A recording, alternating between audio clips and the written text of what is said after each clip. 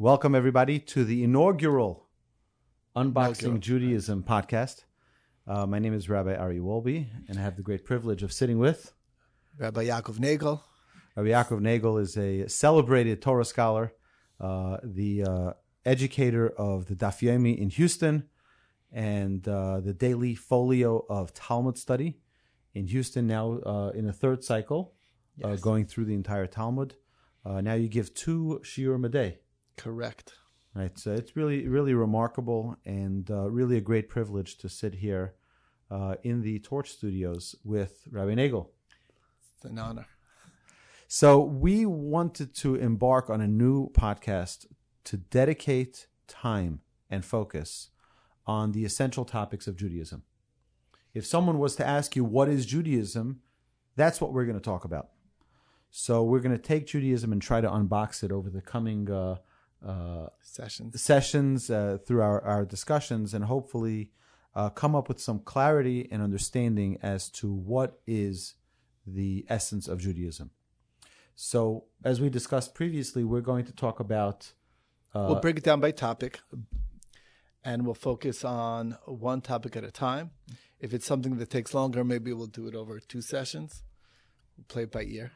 And that's... And we have an entire Torah that it says, Aruka ke'eretz midor, rechavik miniyam. The Torah is so expansive and so deep that there's no limit of topics. There's no limit of areas of conversation or things to focus on. So we wanted to begin with the idea of Mesorah.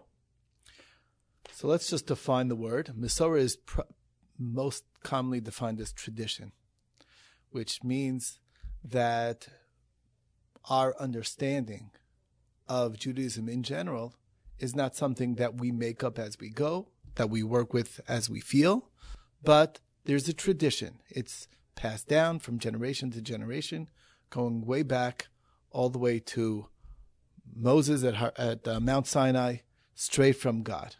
That's our belief system. And the question is, what does that mean? And why is that so important? That's what I would say is the question we want to deal with. Okay, right. So the real question, as you're saying it, is what does it make a difference if the Torah was the same Torah given to Moshe at Mount Sinai, or whether or not it's just there's this theory that some people have come up with called the documentary theory, which is basically, in a very abridged understanding of it, it's basically that it's a document that over the years some rabbis expanded on it and sort of like a Google Docs. Yeah, that there's a few collaborators, everyone puts in their own 2 cents, and that's how it develops. Is that right? That's exactly what it and they run with this, and sadly many people uneducated and unskilled in Jewish wisdom don't understand that that's heresy and falsehood on its face. Everything we have in Judaism is based on a direct link to a source. So, it's funny because it's obvious that these people never studied Talmud. Oh, yeah. Because you can't go through a single line in Talmud just stating an idea without having a source for it. And every concept that we're faced with, that is the classic question is, okay, well, from where do we know this? And we're looking to the source, and we're always trying to, that's what the Talmud is really all about. If I would give an introduction to Talmud, the goal of the Talmud is to take the information that we do, the concepts that we're familiar with, and find the source. And thereby, once we get draw that line back to its source, that clarifies to us the details, the nuances, the understandings, the depths behind it. And that's the goal of the Talmud, which is to compare to the different sources, to the different ideas, and see really where's the source for this concept that we are familiar with in our practice, and then thereby understand the nuance and the depth of the halacha, the depth of the law. And that's what basically primarily what the Talmud deals with. So if we go back to the first Mishnah in Ethics of Our Fathers, the first Mishnah begins with Moshe Kibel Torah Misinai. Moshe received the Torah at Mount Sinai. And you wonder, there's so many other things that the Mishnah of ethics of our fathers could have started with. But the first thing that we touch on is authenticity. The most important value in Judaism is truth. We want to know that everything is authentic, because if it isn't authentic, throw the whole Torah out. Why are we bound to it? Well, right. It has to come from an exact source that we can identify, that we can track down.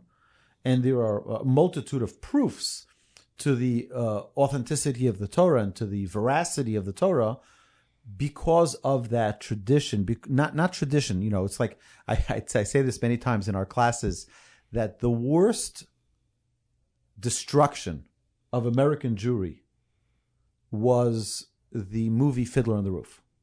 Right. Tradition. Right. Because I can't even tell you how many people tell me, oh, we do that. That's just tradition.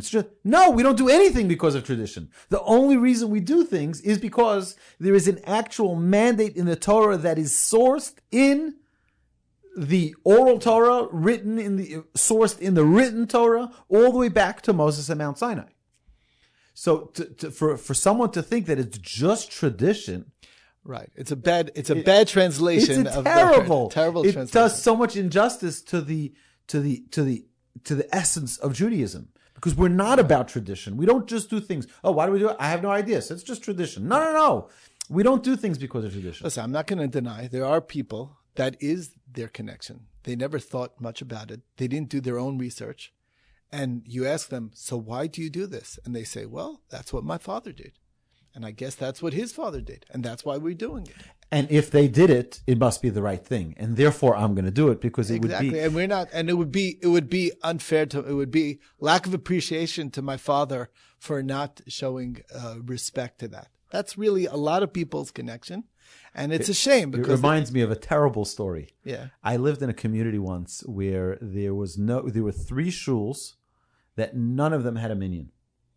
And me, I don't know if you know, but I have several degrees in mathematics.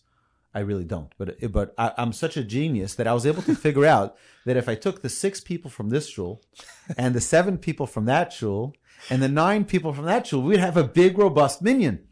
So I approached one of the leading congregants of one of the synagogues, and I said, I came up with this brilliant idea. It's really earth shattering. If we put everyone together, we would have a great minyan. And he looks at me and he says, "Are you kidding me? If I step foot into that synagogue, my father would turn over in his grave." I said, "Really? To such a degree?" I said, "Can you explain to me why?" He says, "I have no idea. I have no idea why, but it's tradition, right? That's my father didn't walk into that synagogue, so I don't walk into that synagogue." And it is such a terrible, catastrophic, reality. And it's sad because many communities have never been able to get over those little, silly, disputes of years past. There's an expression in the Talmud that the whole dispute and everything else, they're all dead by now. Like the reason for it and why and everyone involved is all long gone. They're pushing daisies. And yet we're still standing strong by the old fights. And that's a shame. It's really a big shame. And again, so like the idea that we want to convey here is tradition is not the correct word. It is passed down. Misor means it's the handing of a baton, but it's not just from my father. It's from God to Moses, straight to us. So, many times in our classes, we would pull out this nifty pyramid where it shows a clear transmission of the Torah given from God giving it to Moses at Mount Sinai all the way down to the Torah that we have today.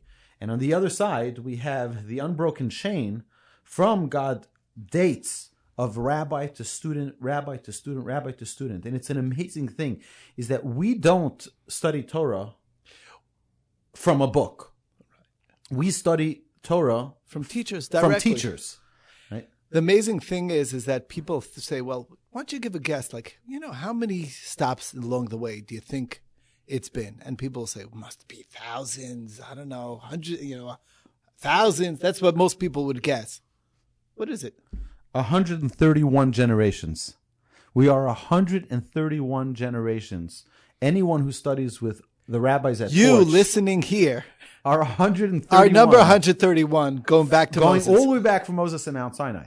And that's rabbi, student, rabbi, It's and not student. generation. It's student. It's teacher rabbi, to student. Teacher to student.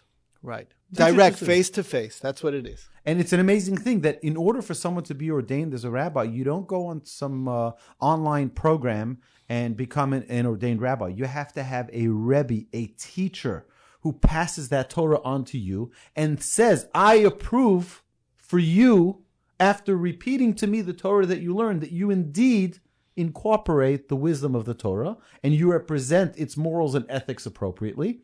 And now I ordain you as a rabbi. So there you go. It's pretty amazing. No, it really is. It's remarkable. And what many people don't understand, and I've heard this so many times, such a mistake, where people assume that the laws of the Torah or the laws written down in halacha by the Rambam or by Shulchan Aruch, oh, it's just a bunch of rabbis made it up. Or I heard people say, it's just midrash. Or it's like, without understanding that there is no authentic Torah without it being sourced. And the halacha, the way the halacha came about was where Rambam learned through all of the Torah, all of the prophets, all of the writings. He learned through all of the Mishnah. He learned through all of the Talmud and all of the commentaries and everything. Then with putting it all together, was able to assemble the 14 books of the Yad HaChazakah, the Mishnah Torah, right? He put it together, and that is what we have as halacha. That's the bedrock of halacha. It's after all of those discussions. And what many people don't understand is they think it's just a bunch of rabbis who were bored or trying to keep their congregants busy, that they came up with these laws that they're just like, oh, why not? Let's just do it. The more one studies Talmud, really, the more one recognizes the brilliance. And it's interesting. It's not because I want to clarify something. Yes, it's true that everything needs to be sourced, but there is also an entire area of law that's called rabbinic law, where the rabbis have a Torah obligation to create boundaries to help people keep the Torah better. That's called rabbinic law. And it's that, in my sense, is one of the best areas to study, to recognize the brilliance of the rabbis of the Talmud, because their insight into human nature and their insight into understanding people and how people work and what makes people tick is fascinating. And there's sections of Talmud that are focused basically only on rabbinic law. We just finished recently Masechet Eruvin, which is a completely rabbinic invention. It goes back to King Solomon, in fact. But it wasn't written in the Torah, but it was created, and it's such a difficult section. We're very proud. We're actually celebrating tonight in the restaurant. We're going to celebrate the Siyum tonight because it's a big deal. It was very difficult. We studied it. But that's really what it is. It's more than just the 5 books of Moses as it's written. There's a job of the rabbis to actually help us keep the Torah law. And I think that's a very important part of what it means, Mesorah. I think first is congratulations on the Siyum, on the conclusion of this tractate of Talmud. And I also want to congratulate my son. Is Shlomo coming? My Shlomo. He'll be there. Yes, okay, yes, good. Absolutely. I reserved his dinner order. And it really is a remarkable accomplishment to even finish one page of Talmud, let alone one chapter of Talmud or an entire tractate. But Eruvin is one of the more complicated, the more sophisticated areas of Talmud. But even then, the Talmud still finds the proper sources in the Tanakh, in the Torah, in the written Torah, for all of those rabbinic meanings. Even then, the rabbis can't fabricate it out of thin air. It still has hints, things that are alluded to in the Torah to the ideas that are the rabbinic laws. So, and we have, I believe it's 7 laws that are completely rabbinic in like washing hands. right? Our washing of hands in the morning is a total rabbinic law, but it's based on other areas of the Torah where there is obligations to. So the rabbis say, if you have this obligation here, we can apply it as well over here, and you have this many times in law. Well, we also have the upcoming holiday of Hanukkah, which is which was celebrating an event of the importance. I think that's really true. What it is, it's celebrating our connection to the Masorah and how important it is to us. And we put ourselves on the line to fight for it. And I think that's really what this upcoming celebration, people don't recognize it. It's always funny to me how secular Jews somehow love Hanukkah. It's such a great holiday. If they understood what it was, it's celebrating the fact that we are not assimilating. That's what it's celebrating. It's an amazing thing. They would only know. Okay. So it's very interesting. When I was in yeshiva, many yeshivas have vacation for Shabbos Hanukkah, the Shabbos of Hanukkah. And my yeshiva had the custom not to do that because they said the whole purpose of Hanukkah was to strengthen our connection with Torah. Why would we be off from yeshiva? Exactly. We got to take a different Shabbos, the Shabbos before, learn the extra. Shabbos after. Exactly. But on Hanukkah itself is such an auspicious time. It's such a special opportunity to reinvigorate that connection with the Almighty and His Torah. It's interesting that in the prayer that we add for Hanukkah, we say, Lahashkichem Torasecha. Part of their objective was to make us forget our Torah, not that we shouldn't observe the laws, but rather we should not be able to study with our rabbis. They understood that the source of our strength as Jews is our relationship with our heritage, right. Is our relationship with our rabbis. And the more we have that solid connection between us and our teachers, the more it's even more than that. Is that it's what Hanukkah essentially is teaching us, is reminding us that we're a link in the chain, and that our Torah is the link that leads back 131 generations of rabbi and students. And what we teach our students and our children, that it's also a link in the chain, requiring us to make sure that our chain is as strong as possible so that we can help that next generation connect with that chain. And so that they should have that excitement, that fervor, that enriched feeling of connection, so that they can pass that chain on to the next generation.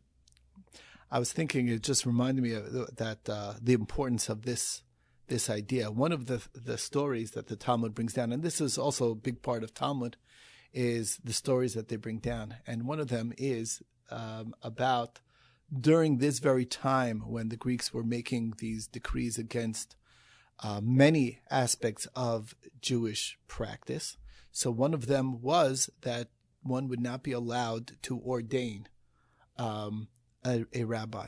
And this was during that time that there was a certain rabbi that felt that if he didn't ordain the next generation of rabbis, then it's going to be lost, the chain. And because of that, he literally gave up his life.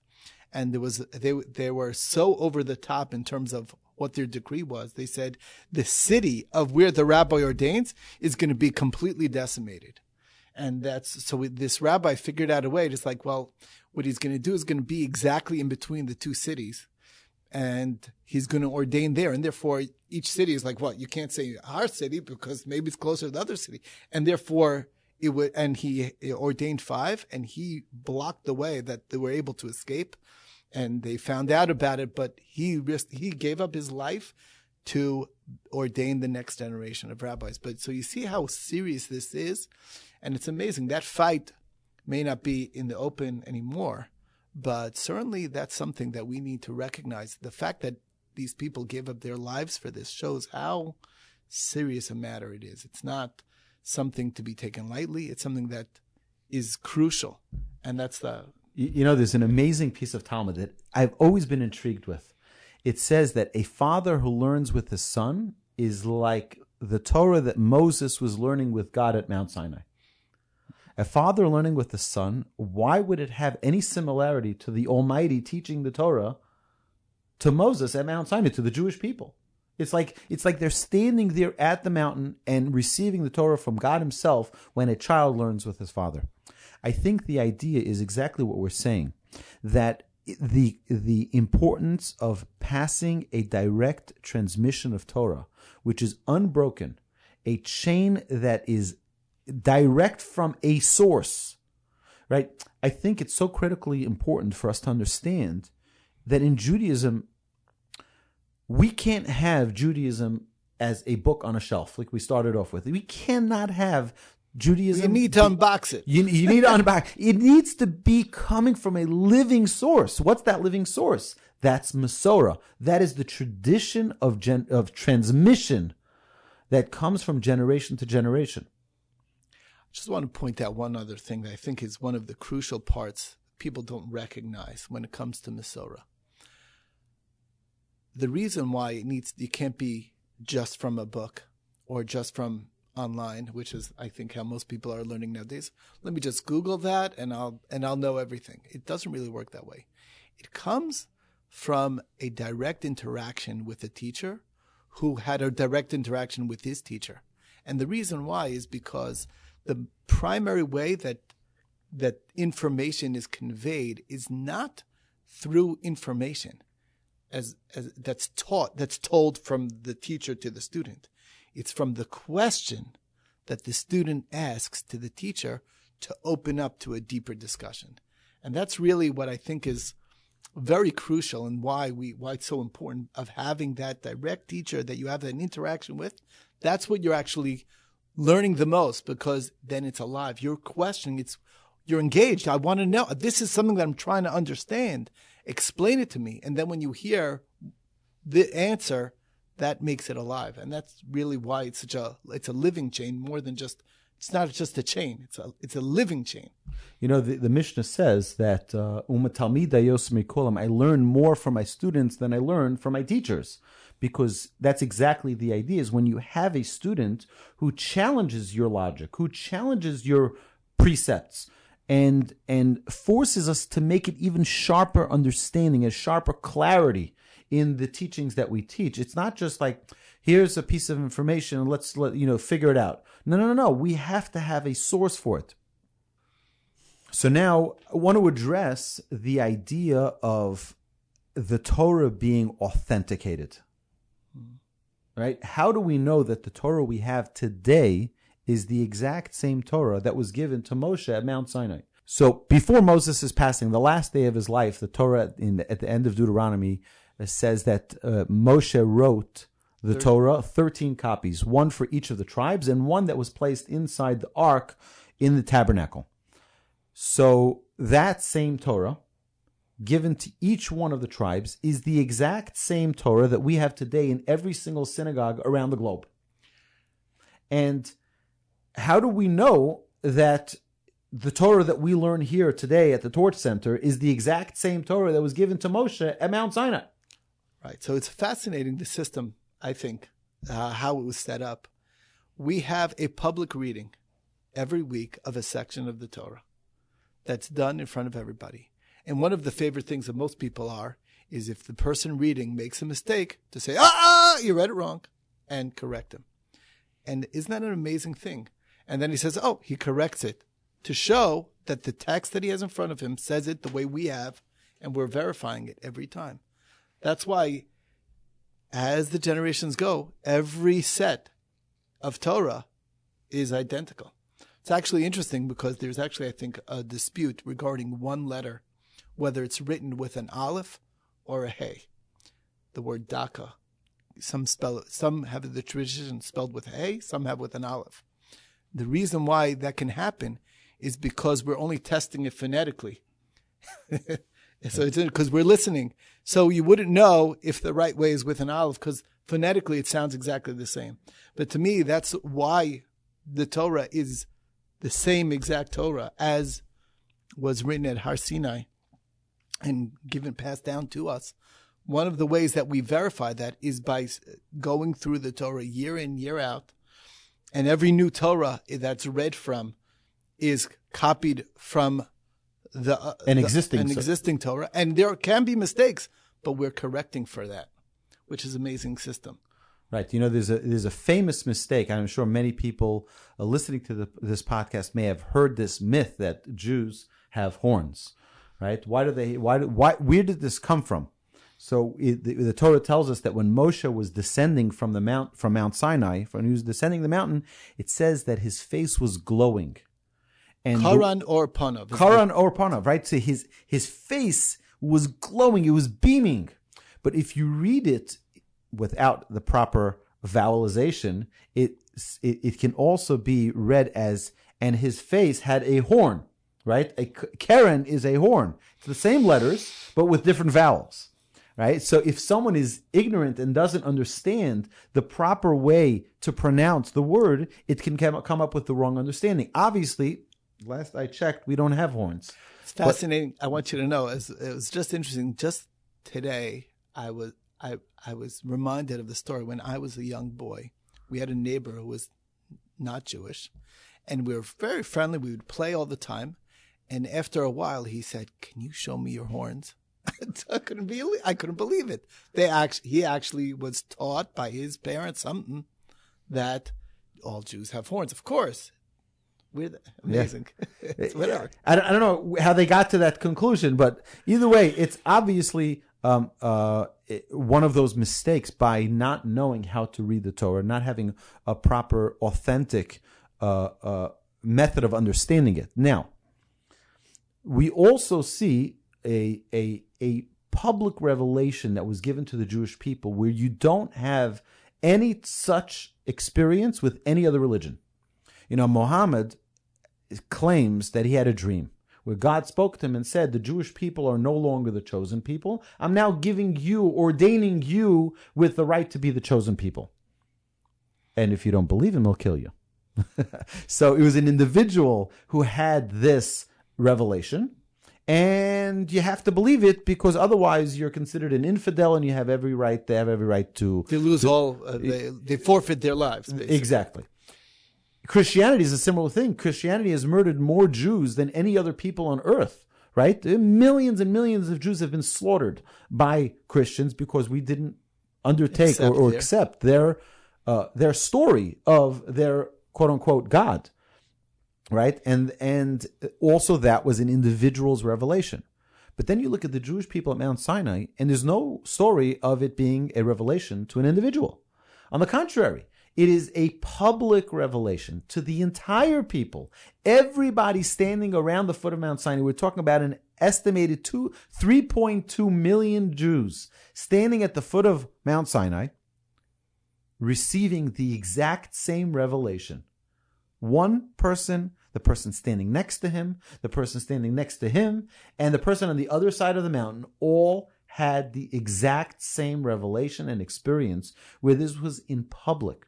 When you write down that public that's how it happened. That's how it happened. It's undisputed because we were all there. It's like if I were to tell you, Rabbi, don't you remember when we went from Katy and we went to Austin? Right, and we went through the Lake Travis, and the water split. And you look at me, you say, something's wrong with this guy because we were never in Katy together, and we never went to Austin. It would be nice to, but we never did that. So you take it to the local recycling bin and you throw out that book. And especially if you have 613 commandments that are obligating us to dedicate our lives, right? If such an essential part of the story is fabricated, you'd imagine that the rest of it would be thrown out as well. And yet we have a tradition that is now 3,300 years running, every single generation reaffirming their commitment, their approval. Yes, this is indeed what happened to our ancestors. And why? Because I heard it from my rabbi, who heard it from his rabbi, from my father, who heard it from his father, all the way back generation to generation. And a public revelation cannot be faked. And a private, individual revelation can. Plus, it doesn't make any sense anyway, because if two brothers are fighting over an inheritance, and one brother goes to the other brother and says, I get the inheritance. Why do you get the inheritance? Because Dad came to me in a dream. In a dream, right. And he told me that right. I deserve it. He says, well, you're an idiot. I had a better dream. He says, you're an idiot, because if Daddy wanted you to get it, he would come to me in the dream, and he would tell me that I should give it to you. So it just doesn't make any sense that someone woke up one day with a dream. Just by the way, just for interesting note, sources say that by the time Muhammad died, there were over 400 versions of the Quran. Over 400 by the time he died. How many versions are there of the Torah? There's one. There's one version of the Torah. And in fact, part of the authentication of a Torah scroll is that if it's added one letter or omitting one letter, it's disqualified. It's worth nothing if it's missing or has one extra letter. That's how far out the authentication of the Torah goes. Just another interesting quick idea is that the Torah tells us that we experienced as a people, we experienced a splitting of the sea. We know we had the 10 plagues in Egypt, and then the Jewish people leave Egypt, the masses of Jewish people exiting the Exodus, and we walk right into the Red Sea. And there's the splitting of the sea. And now many scientists will argue that and say, well, there's scientific proof that the waters with winds coming in a certain way can split any body of water. So it's not really such a great miracle. So here's the one piece, and I always say that if you want to see Hashem, you have to go down to the last piece and then just see it there's no way to explain this. So let's understand one thing. The Torah tells us, yes, indeed, God split the sea. But the people walked on dry land. See, under the bedrock of the sea is wet. It's damp. It's moist. Right? But when the Jewish people passed through, it was on dry land. Vayavru b'soch hayam bayabasha. On dry land. That the scientists can't explain. Right? They can maybe split the water with winds coming a certain way, but they can't. And that is something that the Jewish people, when they received their copy of the Torah at Mount Sinai from Moses, the day he dies, they look at it, they're like, it's exactly accurate. That is exactly what happened. Indeed, right? And that's the way it gets authenticated is by the approval of all of those multitudes who were there. Everyone who was there, right? Exactly. So we have an amazing Torah. We have an amazing, authentic Torah that the essence of everything that we have in Judaism is about truth. In fact, when we talk about God, we say Hashem Elokechem Emet. The name of Hashem is truth. What we seek in Judaism is truth, more than anything, which is why it's critical to have a direct link of us, the Torah that we learn, all the way up, linking it to the Torah that Moses was given. The Jewish people were given at Mount Sinai directly from the Almighty, the creator of heaven and earth. So my dear friends, thank you for joining us on our inaugural podcast. Amazing. This was so nice. And we look forward to hearing from you. You can email us at podcast@torchweb.org. And we look Feel forward. free to ask questions, please. If you have any questions, we look forward. We'll address. If you have any topics you'd like us to discuss in future podcasts, we will happily discuss them. And till next time, shalom from Texas. Amazing. Thank you.